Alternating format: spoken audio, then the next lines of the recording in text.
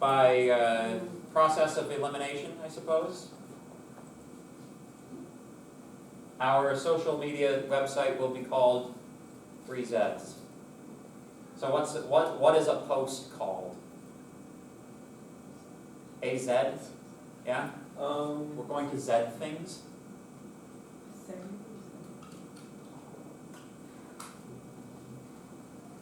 I'm okay with Zs.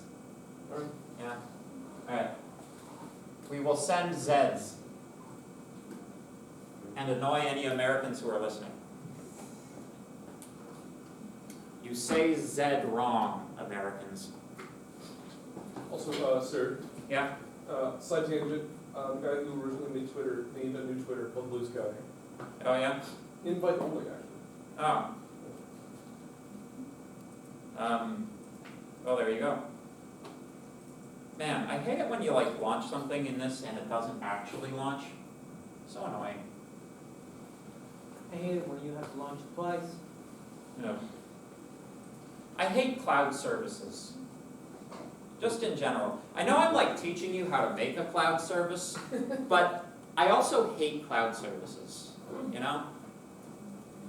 Just install the software, you know?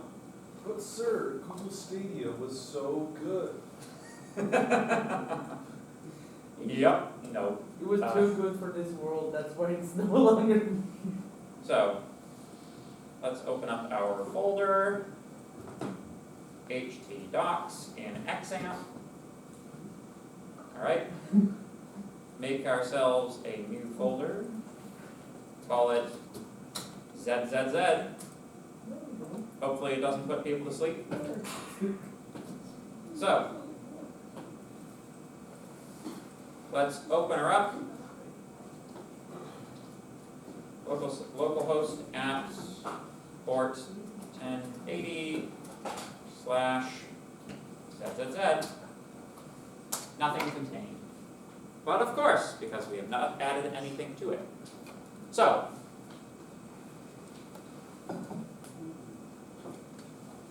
we can set up a redirect rule to direct all requests for a particular folder to one PHP script rather than having to send it out through the actual directory structure, which may or may not even exist. Right?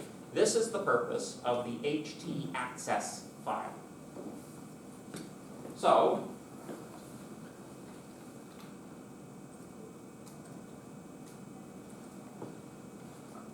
yes, I trust myself. So, inside of our ZZZ folder, create a new directory for API. We will also want to have an index page, index.php, and I know this is going to be like, well, you know what, let's leave it for now. So, let's just give index.php our best H1 header so that there's something, right? Oh, let me improve the size of that a little bit. There. Can you read that at the back? Good. But you're in the front.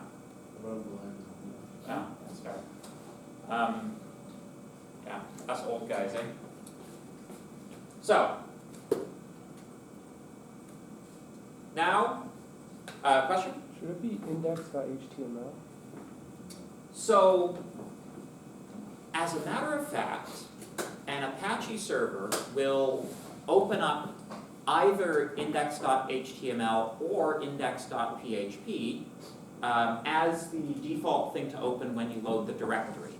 So because I'm making it a PHP file now, I want to do a little bit of PHP coding stuff later on for like establishing sessions and things. So this is also going to be a review of one-page apps, right? One-page apps. So so that's why I chose to make this a PHP script file but I'm filling it with I'm gonna be filling it with HTML primarily today. We won't do any PHP in this. But, excellent question. Any other questions? Okie dokie. So, within our API folder, wait, is this inside of our API folder? It is. Oh, dang it. Move. Thank you. So inside of our API folder, let's make another PHP script. The intention of it is to dispatch incoming HTTPS requests. I know I've been forgetting to say the S, but you know, assume whenever I say HTTP, I'm actually talking about HTTPS, please.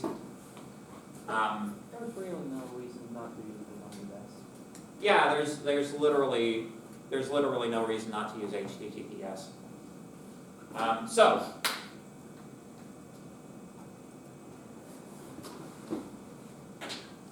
let's create dispatch.php. This will go inside of our API folder. Now, we need to create one more. We need to create our htaccess file.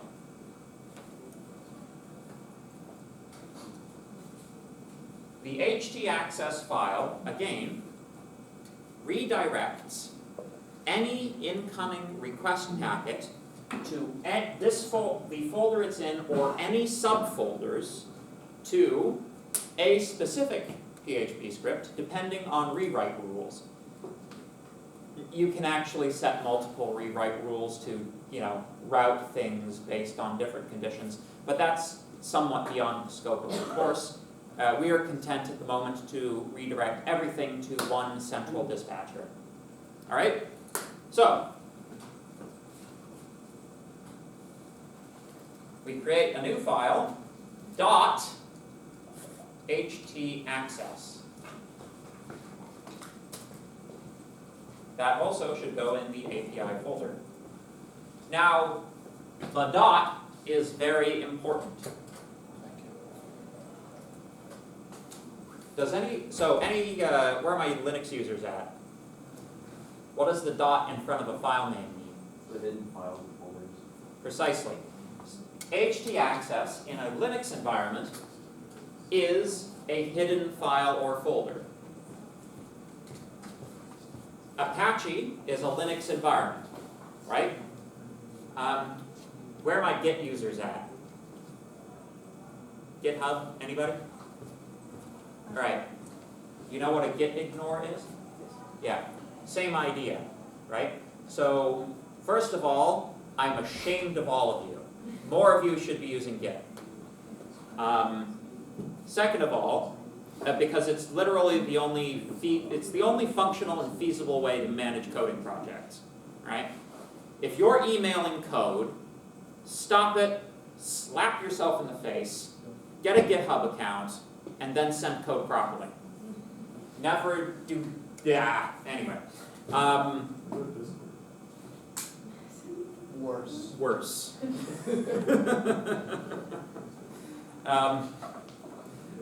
So, in Git is a repository management system, right? You can set it up so that Git will ignore certain file types using a file that's called git ignore.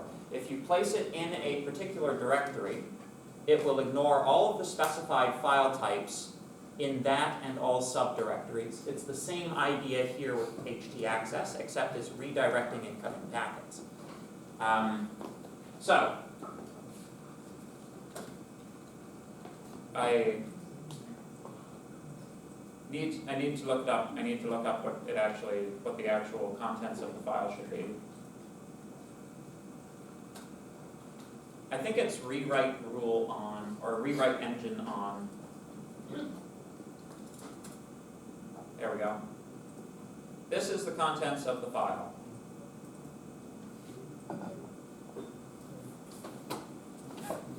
htaccess. So, rewrite engine on. This enables the redirection engine. And then rewrite rule. Period is your wildcard match everything placeholder. And then index.php, in this case, will redirect every incoming packet type to an index.php inside of the API folder where htaccess resides. We don't want that. We want it to redirect to our dispatch.php file. So this is the file name where you select which PHP script you want everything directed to. Dispatch.php. Sound good? All right. So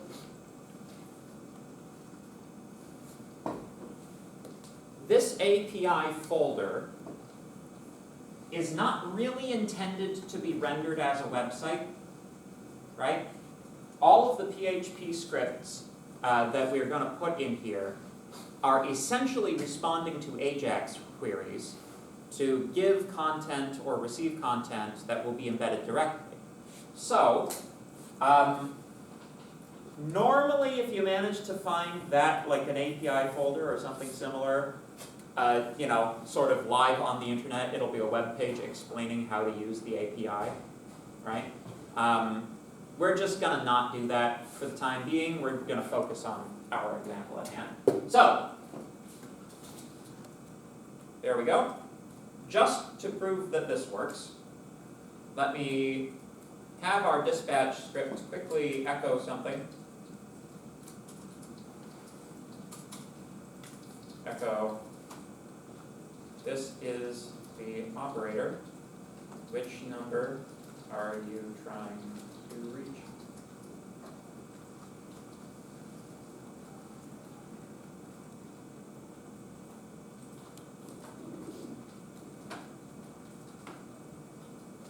So, our index page for localhost /3zs just gives us that header that we asked for. If we go for the API folder, you can see we've got our dispatch script in there. Notice htaccess is hidden.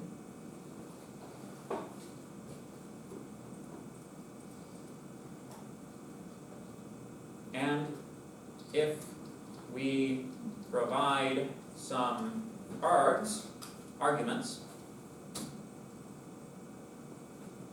you see, obviously I don't have folders if we provide some args, which exist on the server, right? It has directed that URL to our dispatch script. That's what the purpose of htaccess is. This frees up these, items between the slashes to be used as arguments or information provided to the PHP scripts, as we are going to see.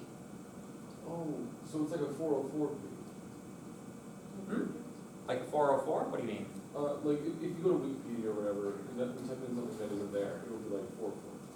Oh, not quite. In this case, it does exist, right? A 404 means the resource you are trying to request doesn't exist. So, for example, basically, this is a way of not getting a 404 if you access a folder that doesn't exist. It redirects it instead. But, for example, if I access ZZZ / non-existent.php, error 404. Does that make sense? Yeah. Another aspect of REST and RESTful APIs and APIs in general is that it becomes important to actually use the return codes correctly, right? So when we fail out on particular types of errors, we will send different response codes based on how things work. but 404 means not found. Any questions so far? So far so good? Okay, so the next thing that we need to do, so this is what I'd like to do, you guys. Let's specify how far this project will be taken. My desire is to implement all 4 of these operations for our not Twitter proto social media website. Alright? So get will be view posts, right? Or view Zs. Post will be, put a new Z in the database, we are posting a Z. Put, there are like a number of things you can do with update here, but in our case, I'd like to make this like a post. I'm sorry I'm using the word like too much. Put will mean like a post, so each post will have an entry in the database table for how many people have liked it, or how many times it has been liked, etc. And then delete will delete a post. Does that make sense? Good. So, with reference to this, let's start coding. So I'm going to work this up right from very scratch, which means that I'm going to be doing some JavaScript programming. I hope everybody can handle that. So,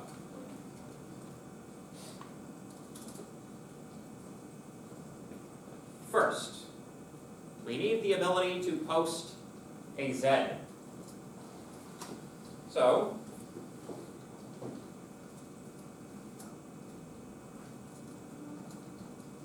post a Z. Let's make a text area.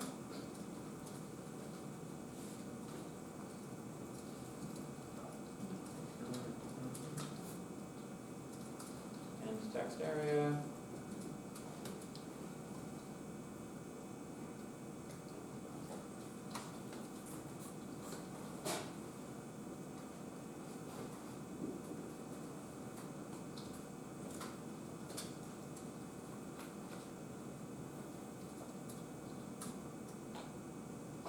Yeah, we'll do this with Ajax.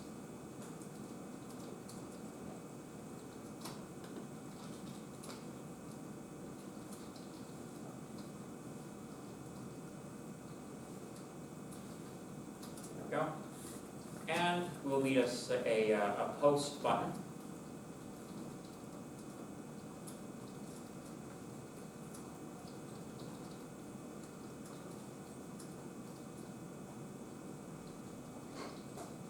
Let's give it a quick on quick. Post Z.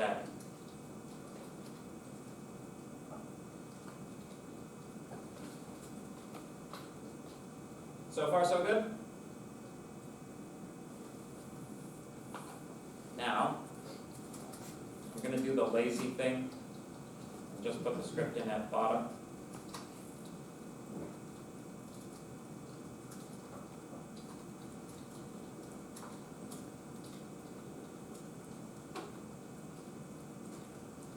Let's make a JavaScript file, zzz.js.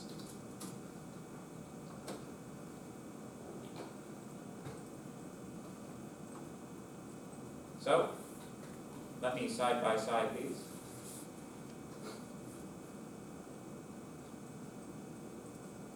There we go. Oh, Alt Z. Word wrap. Ah, I discovered that recently. So,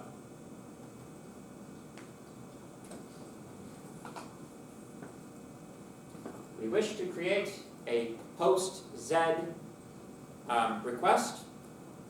We will send this request via Ajax, reasonably similarly to how you did in client side in the winter or the summer, whenever you took client side. Post Z. That is a function. we go.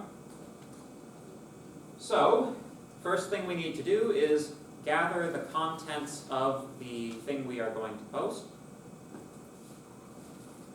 So, let data equal document dot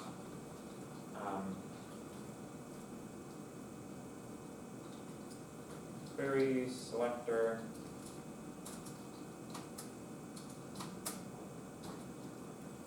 post input. There we go. Dot value. Right? That's the data that we want to send. Let URL equal. So we want the relative path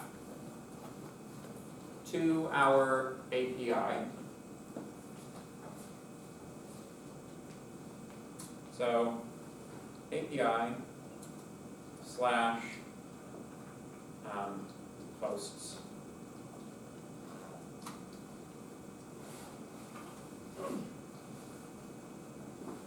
This is necessary.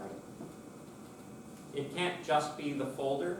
It has to be a subfolder within the API, within htaccess. So it goes. So there we go. Now we write our fetch.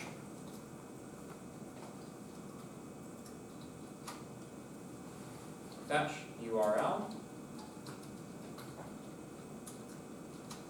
Method is, if we are posting, what is our method?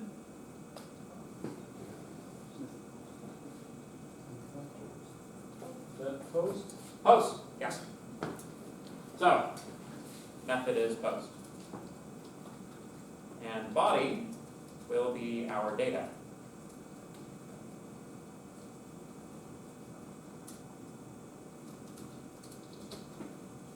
You may be saying to yourself, but this doesn't seem like, what's going on here? This isn't JSON encoded. I'm not sending post parameters. I'm just sending the body of the text in the post as the body.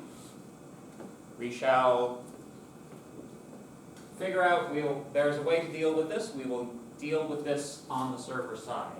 This will be fine, don't worry. You're in safe hands. I tried this earlier this week in front of a different class. So,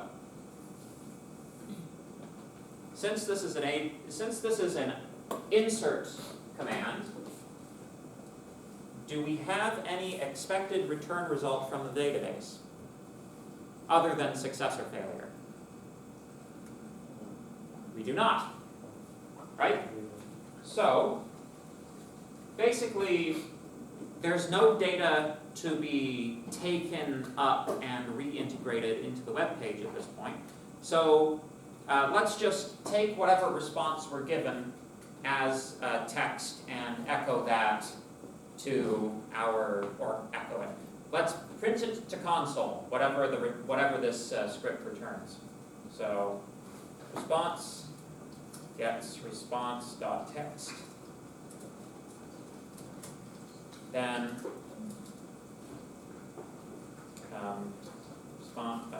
data, no, I don't want to call it data. Result is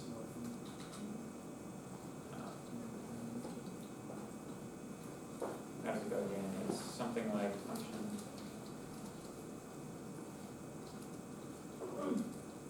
No. Is it just like this? I think it's just like this. Console.log result. I think that's correct. It's not giving me any errors. But then again, this is JavaScript. There we go. So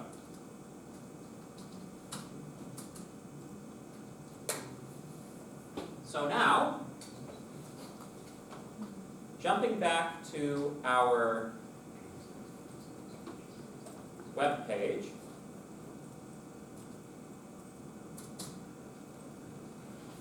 we now now have our text box and a post button.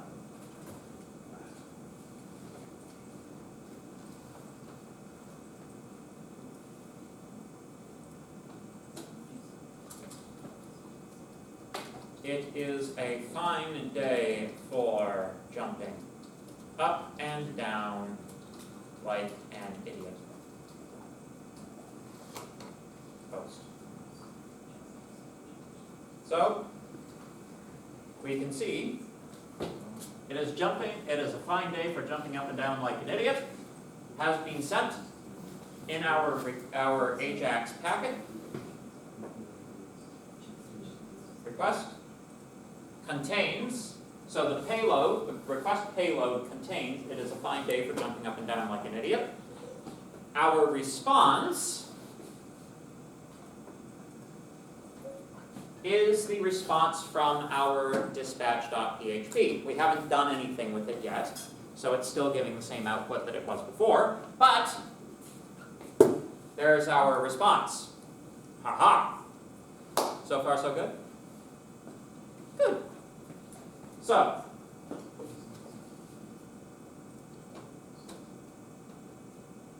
let's go to our dispatch script now. There we go. I'll keep that up. Now,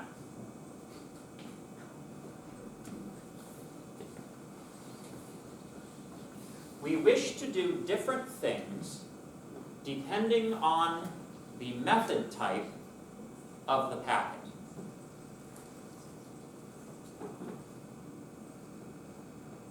We could do this with if statements, but I kind of prefer to do this with a switch case. It's what switch cases are good at, you know? So, switch. The question then becomes, what are we switching on?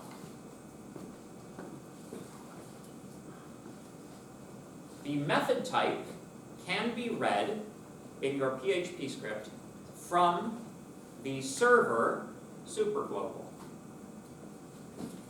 That's right, folks. Introducing yet another superglobal.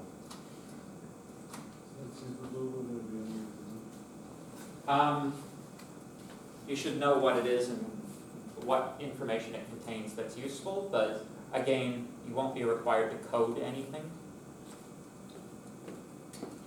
So, let me just look up to see what the argument is actually called.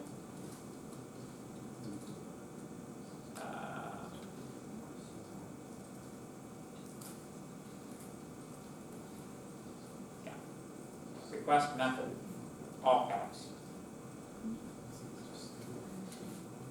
The server request method is get, post, put, or delete capitalized. So, we can then case over get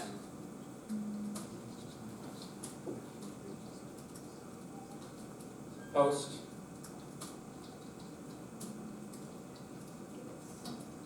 put break case delete break and default break.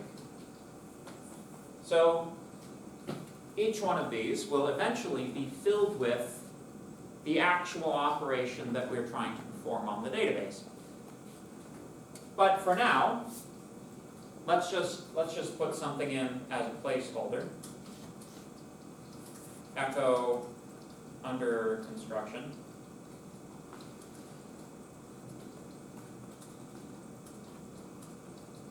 Except if we receive a method type that we are not at any point intending to handle, right? In this case, we will want to tell the user, you didn't use a method type which I service. So let's take a quick look at our HTTPS response codes.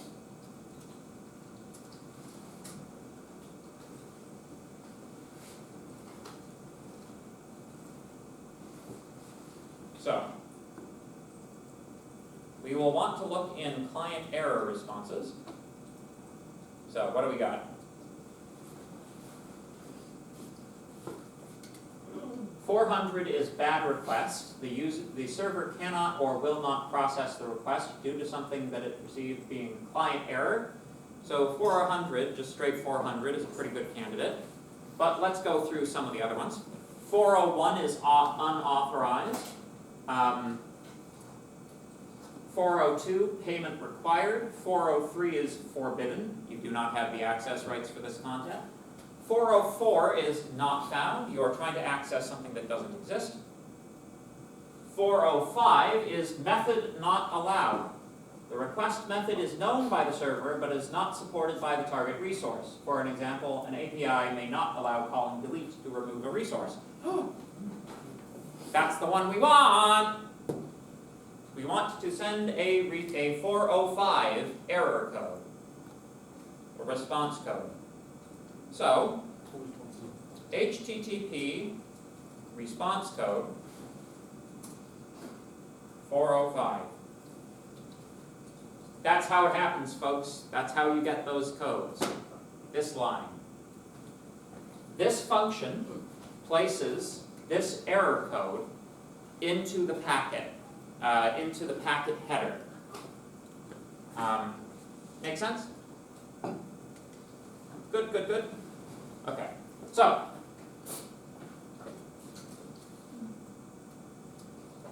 just to make sure everything is working, let's output something different if we manage to get inside of this case, shall we? Received post request.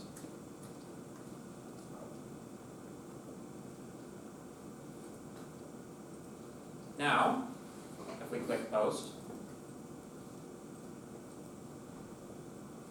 our response is received post request. So there we go. It works! Any questions so far? Reasonably, yes? Oh, having an issue?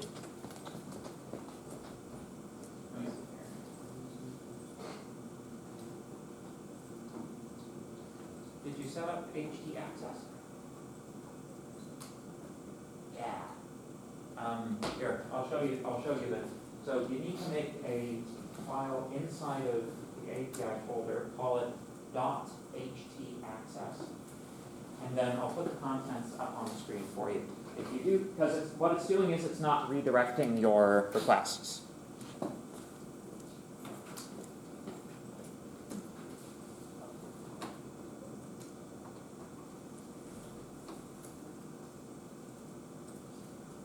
This is what you need.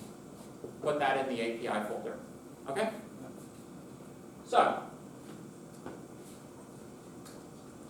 So we need to access a database. In order to access a database, we need the database to access.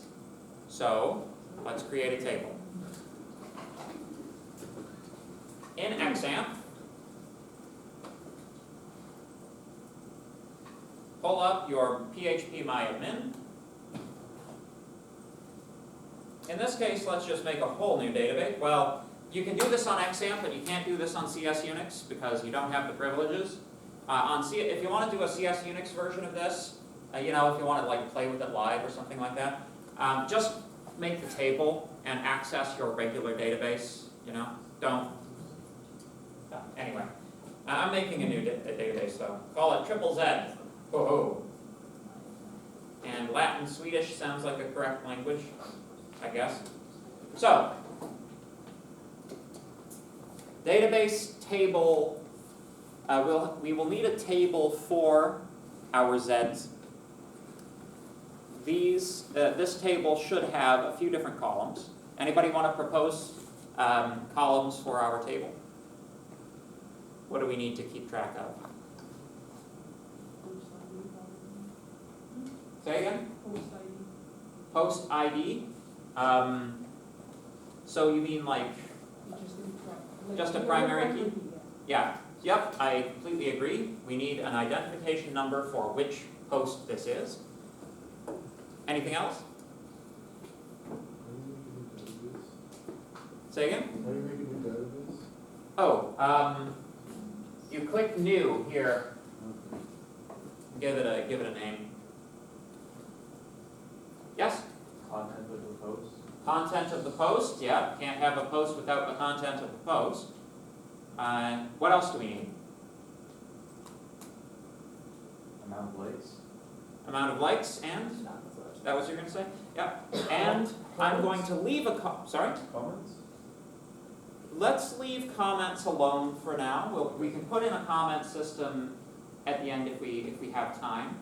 But I would like to put in a column for author ID number, right? Eventually, we'd like to hook this up to our credentials user login system. So, it is useful for each post to know who created it, because that also tells you who has authorization to delete it, or modify it, or do other things to it, right? So, let's make a table with 4 elements, call it Zs. We shall have an ID number, which shall be an auto-incrementing primary key. We shall have let's call it text, the text of it, right? Bar chart. How big are tweets allowed to be? 250? All right, 251. Ha ha. All right. Number of likes. Oh, yes. Apparently, Twitter's character limit got updated. Oh, what is it now? It is apparently 4,000 now. 4,001. Ha! From 280. Why they increased it by 3,000 characters? I thought that like the whole point of Twitter was that you had to be compact. It wasn't that. It's like No. it's like a thread now. No, that was one of the points of them to, I guess they just stopped there. And Why? likes. Why isn't it like a power of 2? That's an excellent question. In Well, fact, we can make it much better just by making it a power of 2, can't we? Yeah. So it would be 496, I think, is the closest one. Yeah, it would be 490. Yeah. Okay. It's going down to 2048. Yes. Correct. 496. Ha. So there we go. Let's create the table. Save. Boom. There we go. So, let us now review how one goes about connecting to a database from PHP. This is the part where course review comes into it. Right? So, we need a database handler, and we want to create a PDO, but is it new PDO? Okay, I'm going to look it up. Fail. I failed. I tried.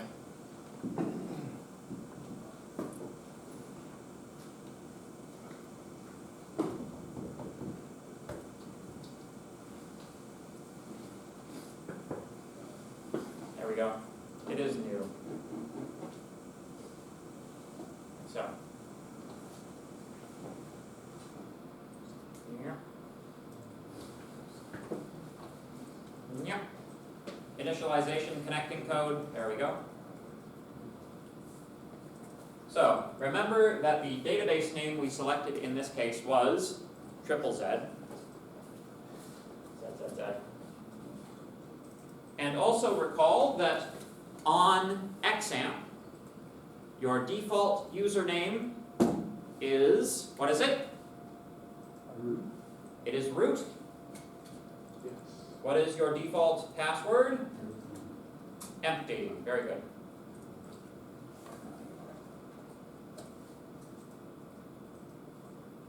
There we go.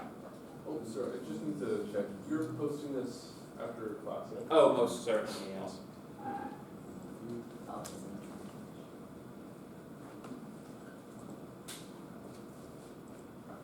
So,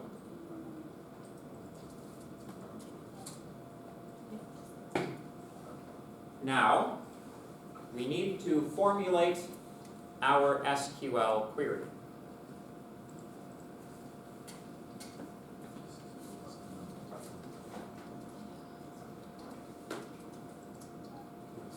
This is an insert operation.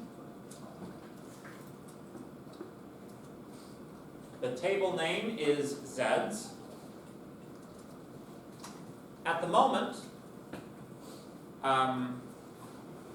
we are only inserting the text, and I think that, no, you want to initialize the likes to 0.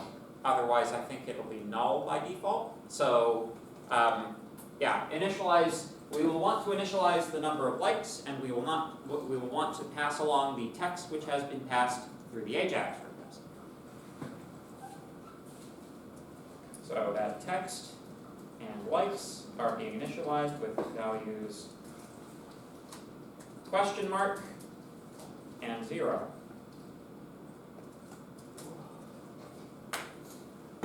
Now,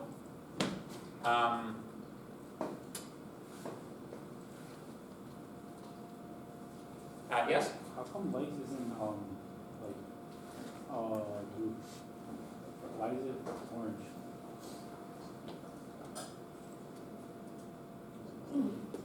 It's a VS Code thing. VS Code, I think, it's common enough that these strings that you're creating in PHP end up being SQL queries, that it is doing syntax highlighting on them. Probably text has some keyword value in SQL. It's a little annoying that it does it to me, Yeah. because it's like I'm working in PHP right now. I want PHP syntax highlighting. I don't want SQL syntax highlighting. Just give me the language I'm working with, please.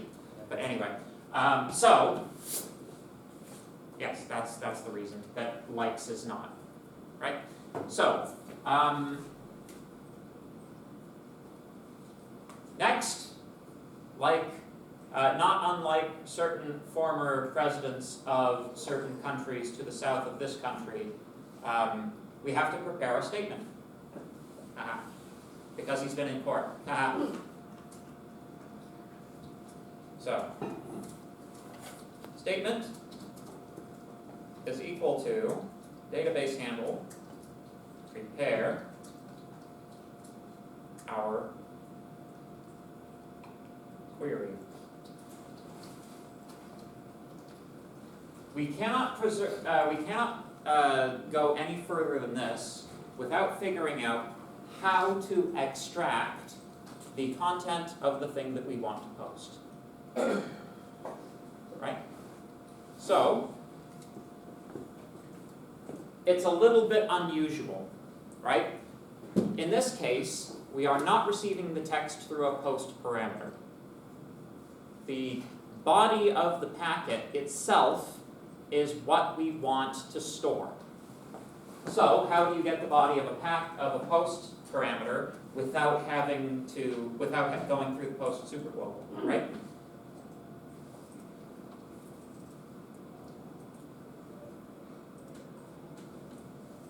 Well, oh, here it is.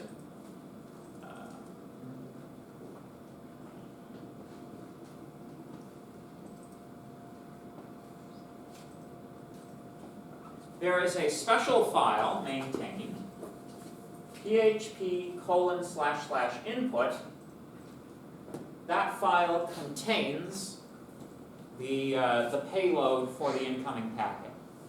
So you can literally file get contents on that, and boom, you have your payload.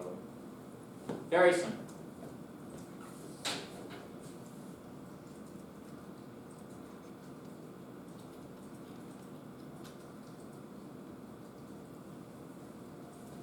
Go.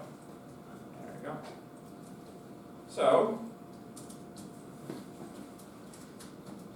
text is equal to file get contents php://input. And just to verify that this is actually working the way we expect it to, let's echo that. Test early, test often.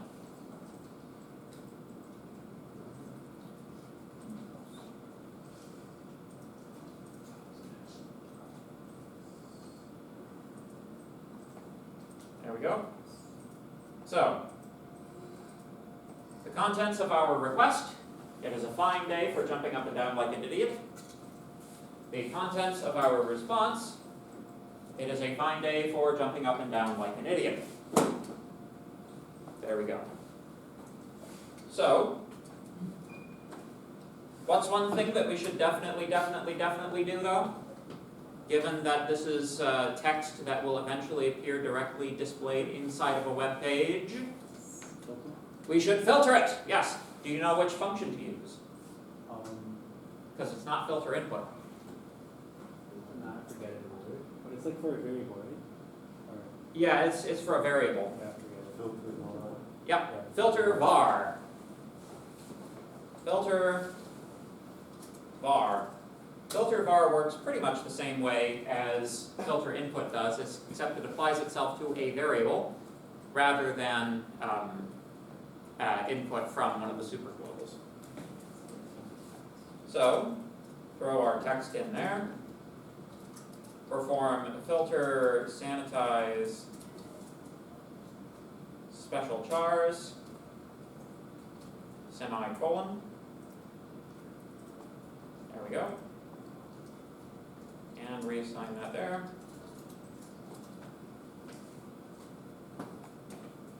And there we have it. We are filtering our special characters. Yes? Is that the JSON decoded? We don't. That's the whole point.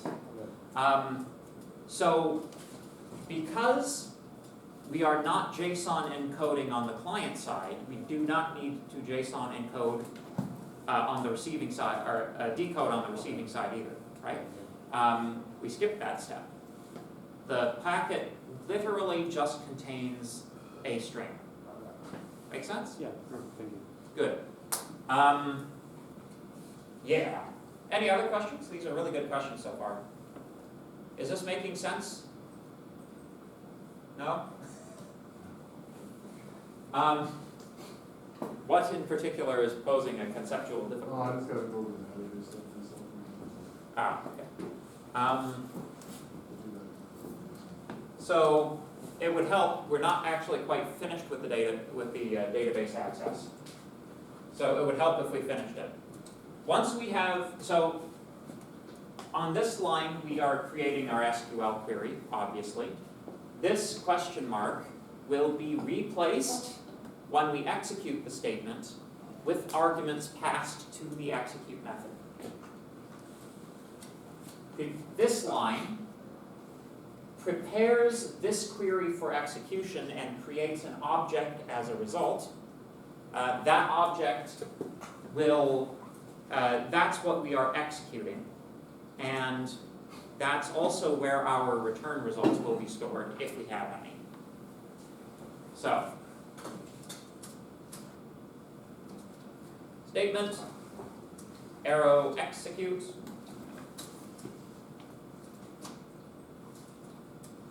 It takes an array of parameters. Right now we only have the one, which is the text of the thingy.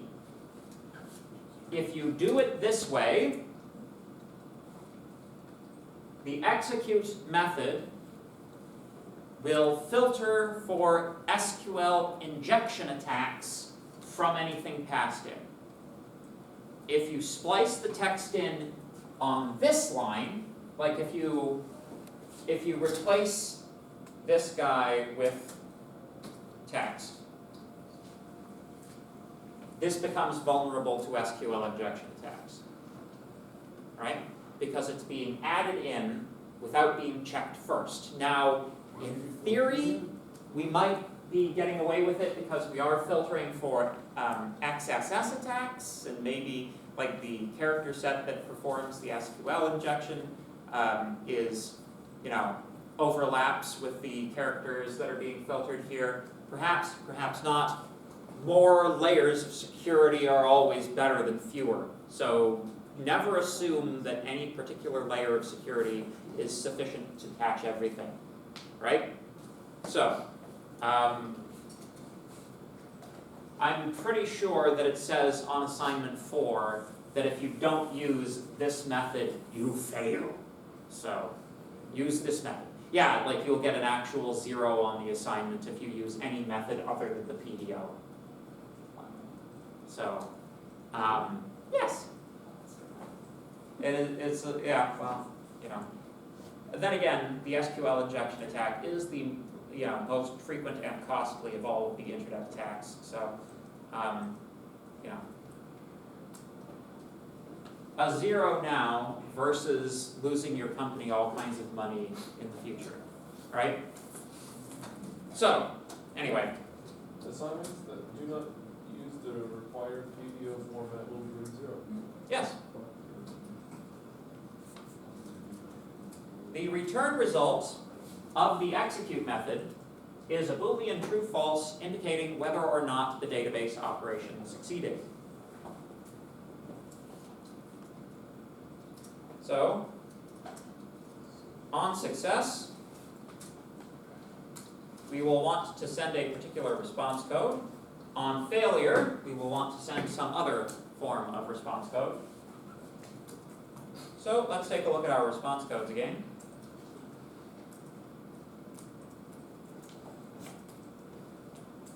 So in this case, failure will mean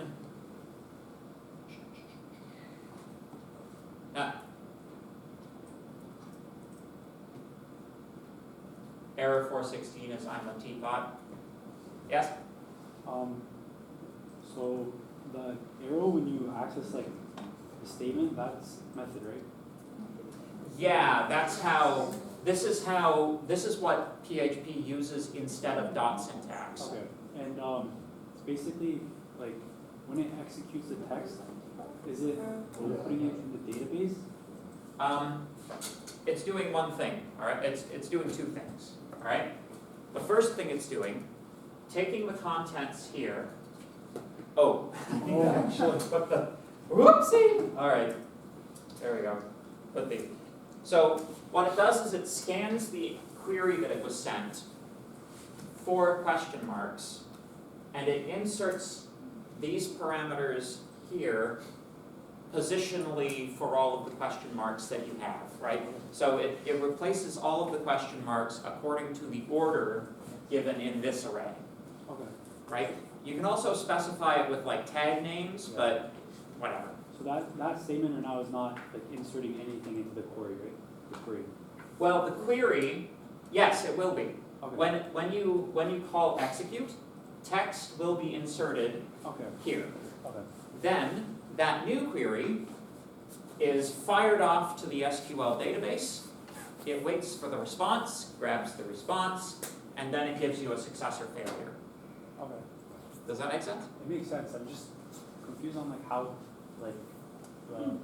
PHP knows to send the query when it executes it sends it.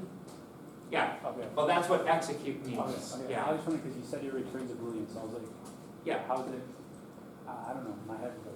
Basically, think of it this way. It's an asynchronous method, Oh, okay. right? Oh. So it's sending the query off, and it's like putting itself in timeout until the SQL database gets back to it about whether or not the security, whether or not the operation succeeded or failed, right? So it's basically just waiting for the response until it gets a response, and then it returns success or failure, and then you can store it to a variable. Okay, So yeah, this thing has basically a big weight in it. yeah, Yeah, thank you.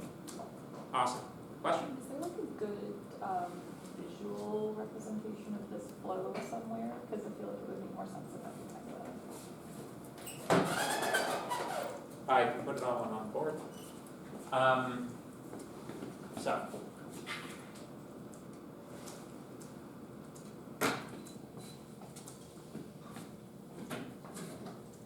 So where do you want to start? At the client?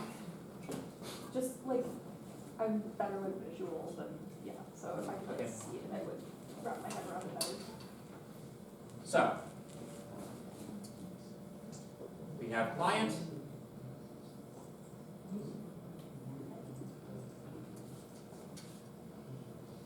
We have server.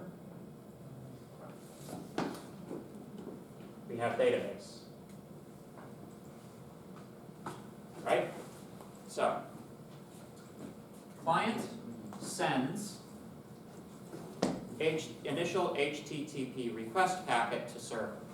So, method post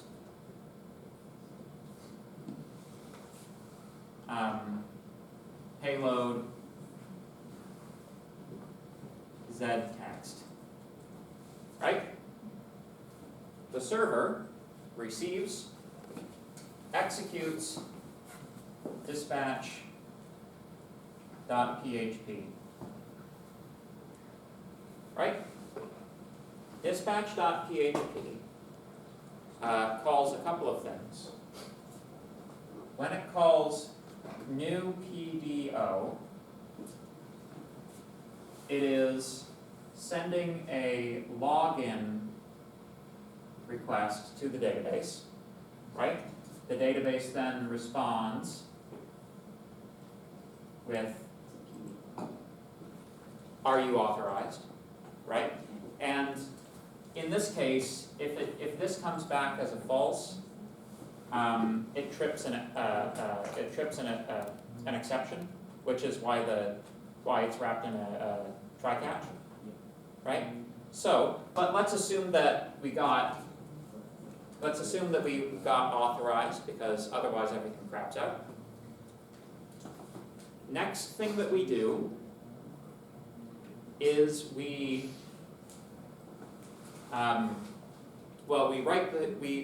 create the statement, right?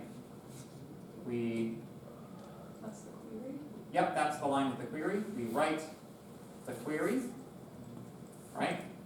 Then we prepare the statement. Preparing the statement is just string processing on the query. This line does not communicate with the database. We do it after we come back. Yeah, well, the execute line does.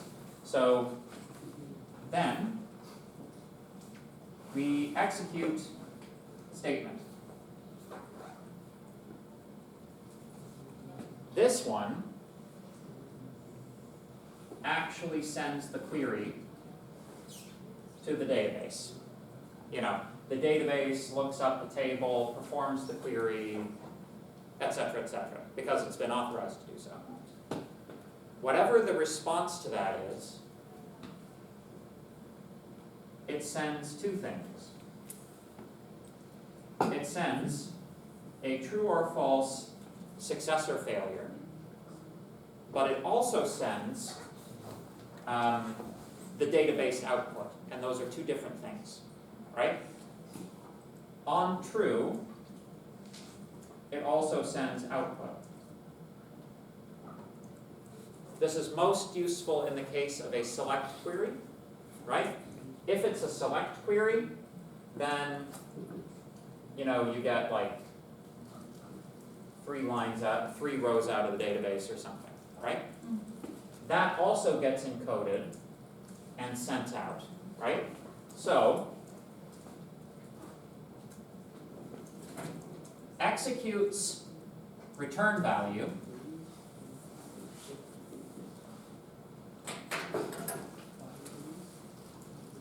is this guy. Right? Is the tree. Yeah.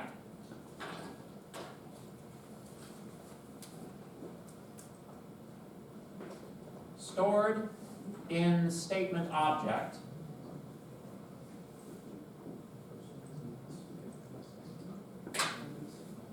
is the actual output.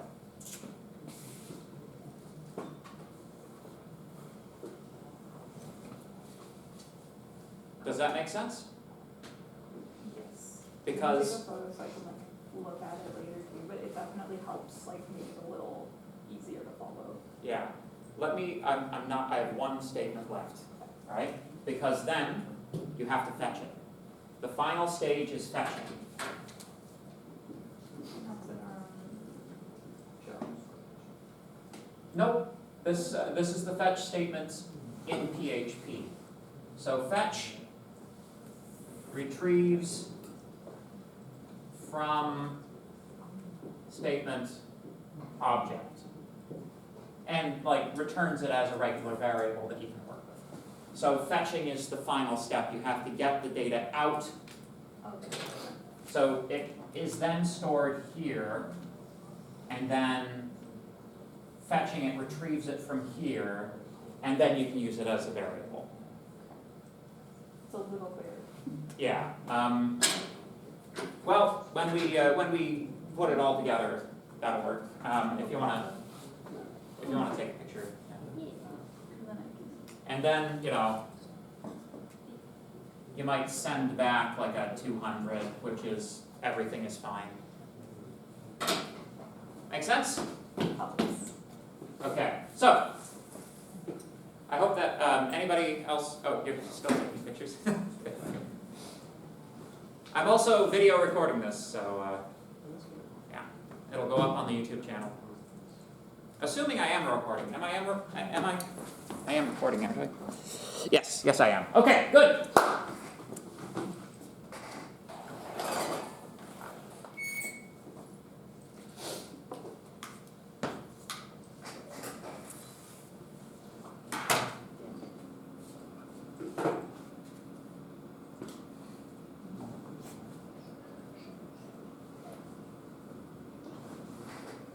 So slow. I appreciate that, thank you. Yeah, of course. Anytime you need anything, anytime anybody wants me to go through something like that, this is like the reason that you're not like, this is the advantage of not doing one of those stupid online asynchronous classes where basically all you have to do is watch YouTube videos. Like, I am here, my brain has stuff. If you want to know the stuff in my brain, please ask. I will give it to you. I'm being paid to do so, all right? I feed my family by having things in my brain come out on a whiteboard. So anyway, actually, I think I can, at the risk of like having two things going on the board at once, right? Yeah, you could go through your code with marker. Yeah, That's actually good. so,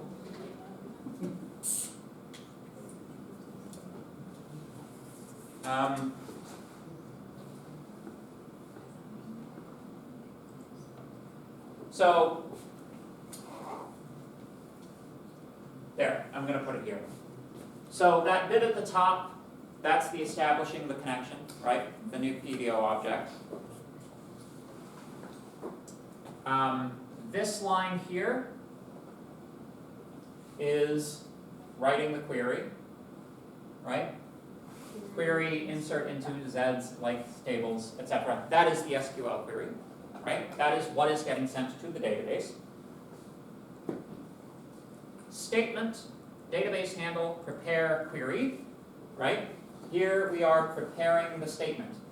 This is string processing on this thing, which creates the statement object, which is where the output will be stored. Right. This line executes the statement. It takes this input, splices it in where the question mark goes, right? Then it takes that newly spliced query, sends it to the database, right? The database takes its sweet time to respond, but when it does, it gives, did this succeed or fail, and what is the output? In this case, since it's an insert operation, there will be no output that's meaningful, right? So basically just success or failure is what we're interested in. So that's why there's no fetch associated with this operation. Okay. But in like another one of those cases, we might put a fetch. Precisely. The next one that we're going to do is the get operation. That will have output, Okay. and then we will take that output and kick it out to the client, Okay. right? Probably as JSON. So, basically the part we're on now is handling the success or failure which has been retrieved from the database as a consequence of that operation. And I was just looking for a suitable error code when the database operation like fails to execute, and I think I'm just going for a 400 to be honest. Just like 400 is kind of like the I don't know what to call this error. So if it didn't succeed, HTTP response code 400. This would be the advantage of having somebody teach you who has actually worked in the industry. Yes? Isn't error 500 more relevant because the internal Ooh. server? Let's take a look. Error 500, let's see. Server response errors. Ooh, well, maybe.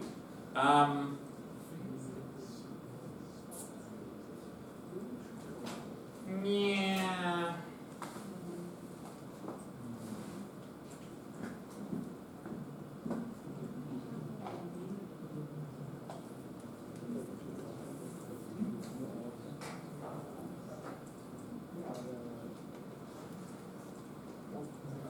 I almost want to say 422, unprocessable content.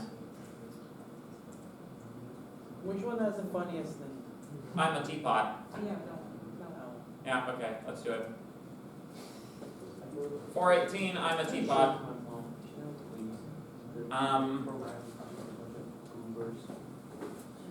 And upon success, we should have a appropriate success response code. The success response codes are the 200 series. So in this case, it would be a 201 created. The request succeeded and a new resource was created as a result. This is typically the response sent after post requests. Boom. So, 201 created.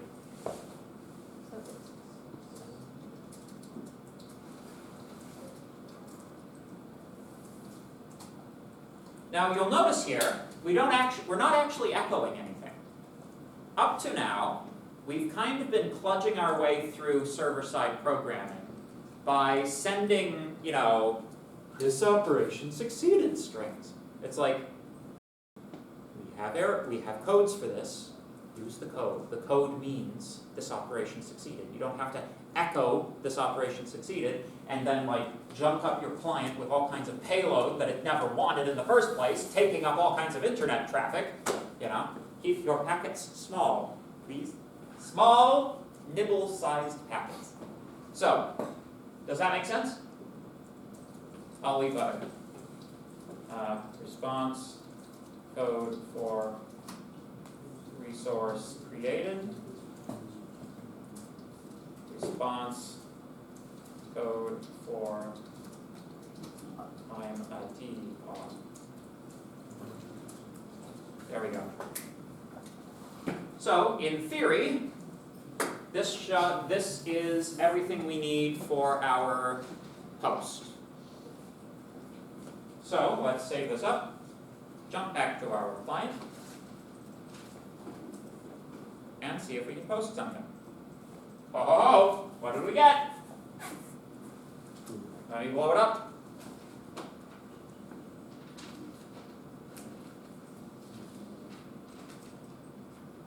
got a 201. Let's check our database.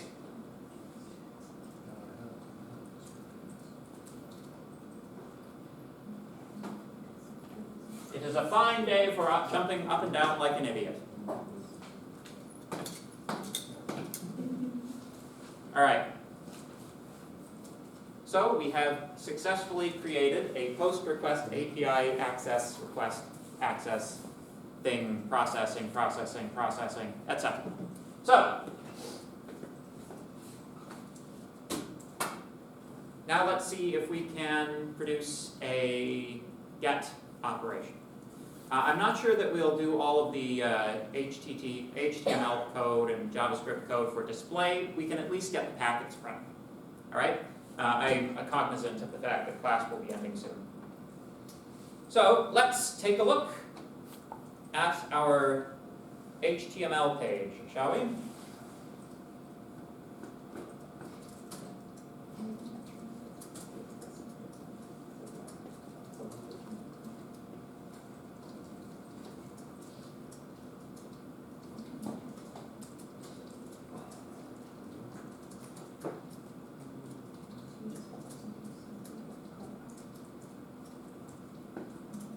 So, I am adding a button to the web page. When clicked, it will perform the GET request. Now, in a real sort of social media context, there's not really a button for getting the content. It loads automatically when the page loads, but in this case, it keeps things relatively simple. We'll just do it with buttons, That makes all of the operations explicit, right? So, get. In our JavaScript code, we want to write a second fetch request.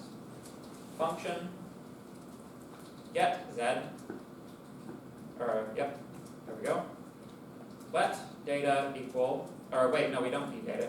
We don't need data, but we do need the URL. Let URL API/posts. So here's the thing, right? If you didn't know anything about htaccess, you would say these two functions are accessing the same URL, so therefore they will be accessing the same thing, right? Not the case. This will be sent by a different method and will be handled by the PHP script differently. So, fetch URL method is, what's the method? Get. Yep. We do not need to include a body because we're not sending anything in the payload. Not this time. And once again, let's just throw this on in case the server decides anything is interesting to be written to the console. And that's as simple as it is on the client side. The whole appeal of web APIs is that things are simple on the client side, right? Things might be very complicated on the server side, but the interface is I won't say it's as easy as calling a function, but that's essentially what you're doing, right? Good. So, now,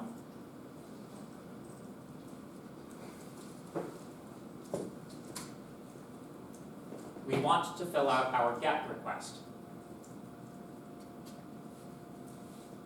We don't have any packet contents to take in, so we don't need these two lines relating to the text, right? So we can start here. Create a query. So let's just keep the query simple for now and access the entire database. Select star from Zs. Nice and simple. Now we need to prepare our statement. statement is equal to database handle repair query. That line is exactly the same. We are now taking success, assigning the result of statement execute. There's nothing to be inserted into this query. There are no question marks. Therefore, nothing needs to be passed into execute. Make sense? Down here, we have the text to insert, but here we don't have anything. So we just execute it. Sound good? So far, so good? Now we want to do different things based on whether that succeeds or fails.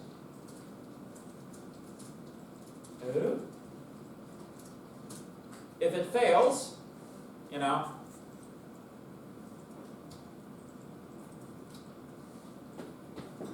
just put in our error code. If it succeeds, we don't want to just return an error code or return a response code. We will want to do that, but we also want to encode into the payload what we received from the server, right? Or from the database. That's that output that was on the graphic. This bit. Yeah. So, once we've established that the query was executed successfully, statement fetch all. Fetch all, I think, is just more convenient. Fetch all is to fread as fetch is to fgetAs. So fetch all just retrieves all rows that have been returned by the database. If you do fetch without the all, you are getting them one by one and you have to loop through them. So this is easier, especially if all we're doing with it is like collecting it up and throwing it out to the client. So why make things harder than they have to be? But the fetch statement does need to know whether we want our response in the form of associative arrays or objects. So PDO : fetch associative. Because we've been using associative in this class, so why not? Anybody remember what this thing is? It's from C++.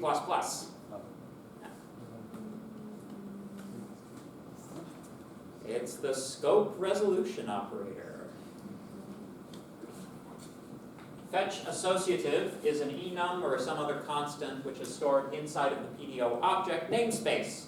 So in order to get at it, we have to go through PDO. That's what that double colons means. So we're fetching everything. Echo, I think this will already be JSON encoded, but we'll see. The return, I need to assign the return result. There we go. So this will return all of the data that was returned from the database. We then assign that to a variable, echo that variable. And then we can set our HTTP response code.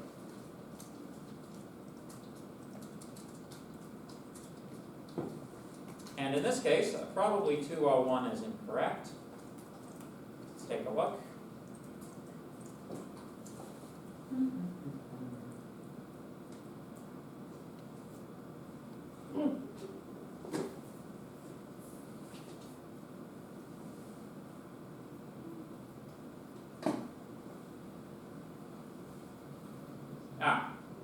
Actually, that's just 200. That's what 200 means.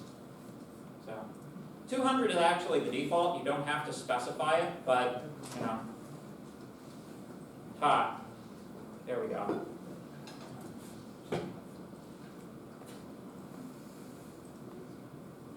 So Any questions about this? Yes? I was wondering, why do we use the FileGuide contents of the PHP input instead of just using the put super, or the post super code?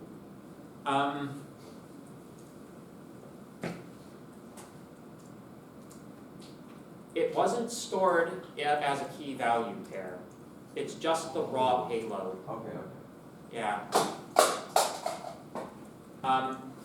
I'm not ruling out the fact, I'm not ruling out that some value in the post super global might contain it, but this is the way that the notes have, so. You know PHP, there's 5 ways to do everything, right? So. But only one secure way that will get you non-zero grades on assignment 4 when it comes to database access.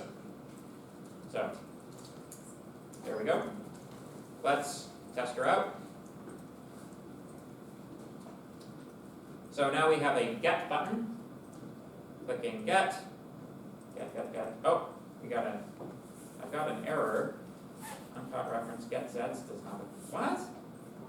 My JavaScript? If something fails, it's usually the JavaScript, yes. So I misnamed my function. There we go. Get zeds. Gets me every time. Get. What do you mean get zeds?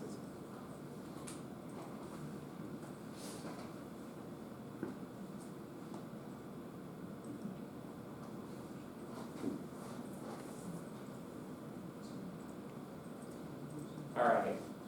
Get zeds. Yes.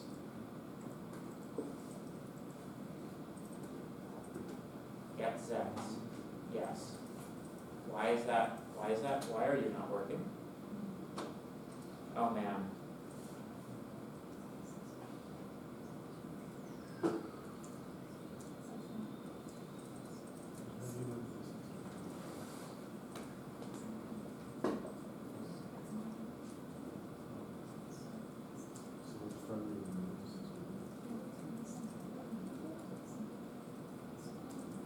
Can I not reload?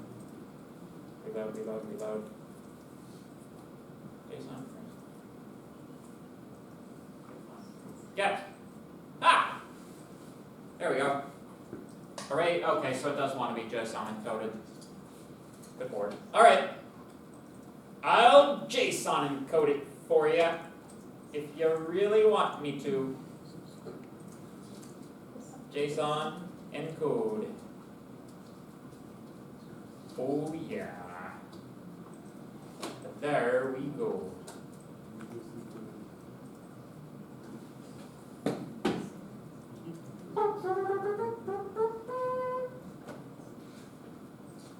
We have successfully retrieved the contents of the database. We haven't done anything with it yet. We're just echoing into console, but it's there.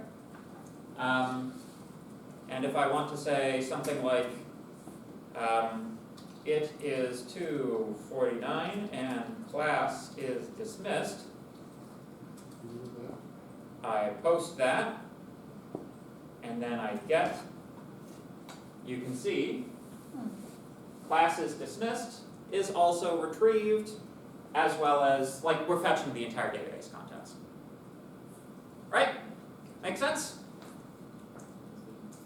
Cool. Class is dismissed. Oh, yeah.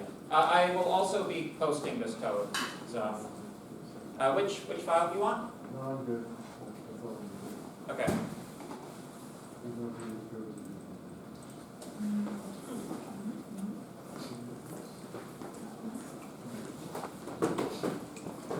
You don't got that? Really, just look at that file I sent you. Yes. Because he literally was like, so what we're doing is like, reading from a database, we have to print from that database to this box. And then when we click, we're down to database.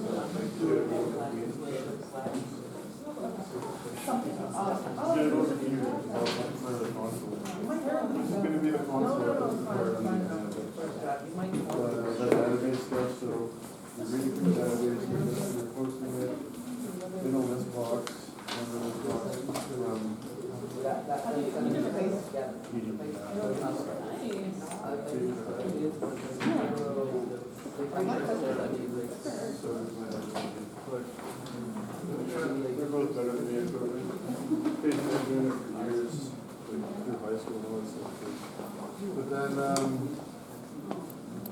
And then you're gonna have to click on one of the things in the list box, and then you post the other rows. Hey, there we go. But you're gonna have to change that quotability database in time. If you have it. I'm teaming up with someone else, like, Take her easy. do last.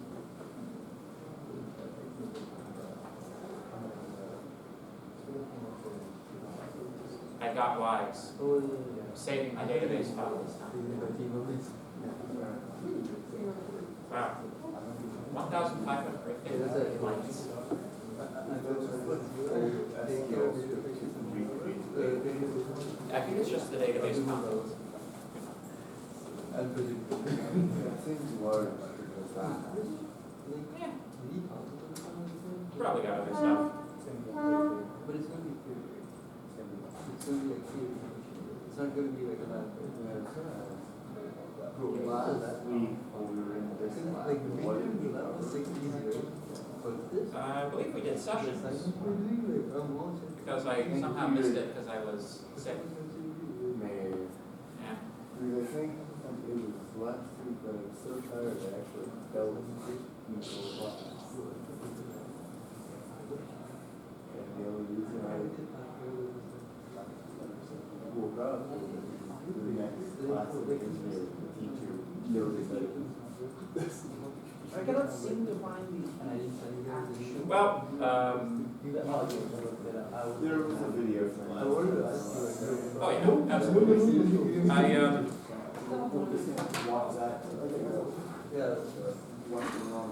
yeah, I can't remember. That's why I do the videos. Yeah, I can't. I've kind of always wanted to like have a marshmallow gun in my briefcase to be able to like pop marshmallows at people who fall asleep in the class. But some people think that that would be illegal. So What's funny is the night before, I had actually sleep at a reasonable time, yeah. and then still woke up extremely tired. The main barrier against the plant is this like thing they call the law. Oh. Unbelievable, right?